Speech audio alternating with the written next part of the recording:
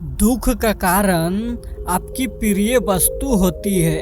इस बात को भगवान बुद्ध द्वारा दिए गए ज्ञान को एक कहानी के माध्यम से जानेंगे। आइए जानते हैं आपके दुख का कारण क्या है। एक व्यापारी था जो अपने लड़के से अपने प्राणों से ज़्यादा प्यार करता था।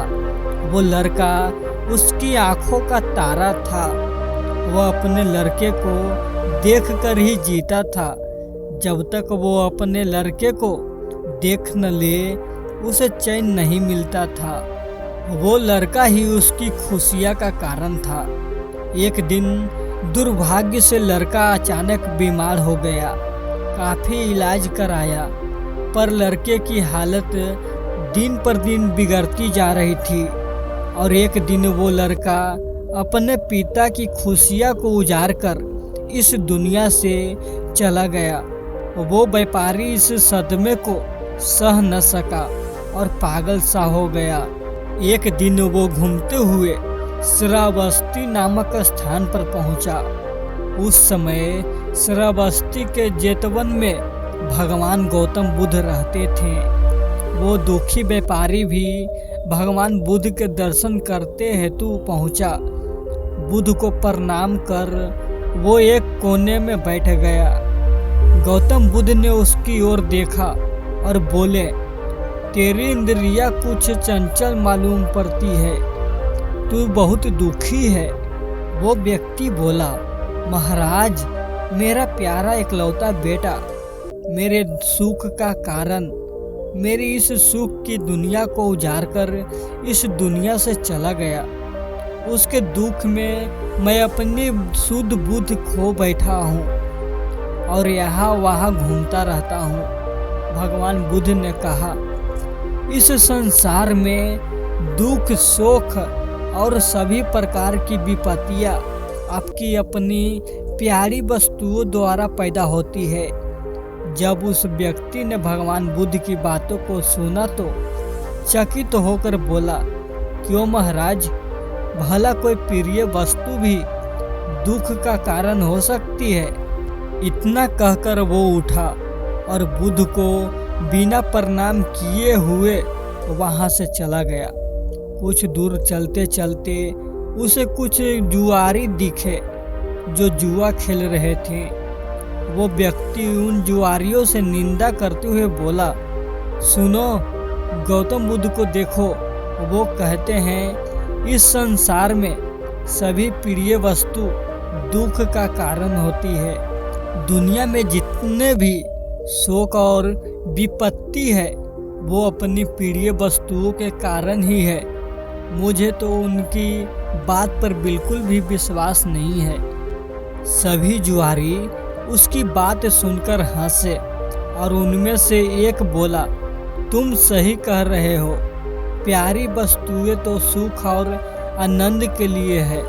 उनमें दुख और शोक की कल्पना करना तो मूर्खता वाली बात है। जुआरियों को अपनी बात का समर्थन करता देख वो व्यापारी बहुत खुश हो गया। बस वो समझ गया कि वो ठीक है और गौतम बुद्ध गलत है। अब तो वो सबसे जाकर गौतम बुद्ध की बुराई करता। यह बात पूरे नगर में फैल गई। उस नगर का राजा प्रसेनजीत के कानों तक भी यह बात पहुंच गई। उस राजा को भी गौतम बुद्ध की बात सही नहीं लगी। उसने कई विद्वानों से इस बात पर चर्चा की पर सभी ने कहा, ऐसा नहीं हो सकता। भला कोई प्रिय चीज दुख का कारण कैसे हो सकती है? जब यह बात रानी ने सुनी तो उसने राजा से कहा, महाराज, यदि गौतम बुद्ध ने यह बात कही है तो निश्चित ही यही सही होगी। रानी के बात सुनकर राजा क्रोधित स्वर में बोला, गौतम जो भी कहता है तू बस उसकी बात का गुनगुना ही करती है। ये सब तेरा भ्रम है। तुझे एक भ्रम के रास्ते पर जानबूझकर भटकते हुए देखकर मेरी आंखें जली जा रही है। जा, हट जा यहाँ से। भगवान बुद्ध के खिलाफ रानी कुछ नहीं सुन सकती थी, इसीलिए दुखी होकर वहाँ से चली गई। रानी ने नाली जंग नाम के एक ब्राह्मण को बुलाया और कहा, तुम शीघ्र ही भगवान बुद्ध के पास जाओ और उनको मेरी तरफ से सादर प्रणाम करके कहना कि संसार में प्रिय वस्तु दुख का कारण कैसे होती है। जब वो तुमको इसका उत्तर बताए तो उनकी एक भी बात को भूल न जाना और सारी बात मुझे आकर बताना। नाली जंग बुद्ध के पास गया और उनसे मल्लिका द्वारा कही बात बता दी। भगवान बुद्ध बोले, हाँ, इस संसार में सभी प्रिय वस्तु दुख का कारण होती है।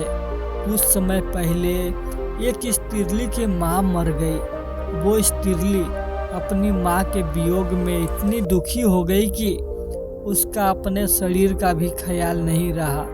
वो फूलों से, पेड़ों से, आते जाते राहगीरों से यही पूछती कि क्या तुमने मेरी माँ को देखा है। ऐसा इसलिए हुआ क्योंकि वो स्त्रीली अपनी माँ से बेहद प्यार करती थी। बुद्ध आगे बोले, इसी तरह इस स्त्रीली अपने मायके गई। उसके भाई उसकी शादी किसी दूसरे से कराना चाहते थे और उस स्त्रीली को मजबूर कर रहे थे, पर वो स्त्रीली अपने पति से बहुत प्यार करती थी और उसका पति भी। पर उस स्त्रीली के भाइयों को यह विवाह अनुचित लगता था। एक दिन वो स्त्री किसी तरह अपने पति के पास पहुंच गई। उसके पति ने कहा कि हम इन दुनिया में नहीं मिल पा रहे हैं, लेकिन स्वर्ग में तो जरूर मिलेंगे। यह कहकर अपनी पत्नी को मार दिया और खुद भी आत्महत्या कर ली। नाली जंग बुद्ध की सभी बातों को सुनकर और बुद्ध की आज्ञा को लेकर रानी के पास पहुंचा और उन्हें सारी बात बताई। रानी प्रसन्न होकर राजा के पास पहुंची और उसे सारी बात बताई कि संसार में प्रिय वस्तु दुख का कारण होती है। रानी की बात सुनकर राजा सन्न हो गया, उसे देखने लगा। रानी आगे बोली, महाराज, आपकी प्रिय पुत्री वजिनी आपको प्यारी लगती है ना। राजा बोला, हाँ मलिके, वो तो मेरी आंखों का तारा है। तब रानी ने कहा, यदि वाजिनी के जीवन पर किसी विपत्ति का आक्रमण हो तो क्या आप दुखी नहीं होंगे। राजा बोला, दुखी नहीं का क्या मतलब, बल्कि मैं जो इसे अपने जीवन पर आक्रमण समझूंगा। इसी तरह रानी ने राजा को प्रिय लगने वाले मंत्री, सेनापति, राजगुरु आदि के संबंध में भी पूछा। इस पर राजा ने वही उत्तर दिया कि उनके जीवन पर सही विपत्ति आई तो उन्हें दुखी नहीं होगा, बल्कि उन्हें अपने जीवन का भी अंत मालूम होगा। रानी मुस्कुराते हुए बोली, महाराज, अब तो आपको गौतम बुद्ध की बात समझ में आ गई होगी। राजा चौकन्ना होकर सोचने लगा और बोला, गौतम बुद्ध हमेशा सही उपदेश देते हैं। मेरी आंखें खुल चुकी है। उसके बाद राजा भी भगवान बुद्ध का वंदन करने लगा। दोस्तों, उम्मीद करता हूँ आपके दुख का कारण आपको अवश्य पसंद आई होगी और आपको कितना मोटिवेट किया, कृपया कमेंट के माध्यम से अवश्य बताइए। आपके किसी भी प्रश्न एवं सुझाव का स्वागत है। कृपया शेयर करें। यदि आप जिंदगी से जुड़ी किसी भी बात के बारे में, किसी भी प्रॉब्लम के बारे में कुछ जानना चाहते हैं तो कृपया कमेंट करके बताइए। मैं उस बारे में ज़रूर एक कहानी लाऊंगा। यदि आप इस चैनल पर नए आए हैं तो चैनल को ज़रूर सब्सक्राइब कीजिएगा। धन्यवाद।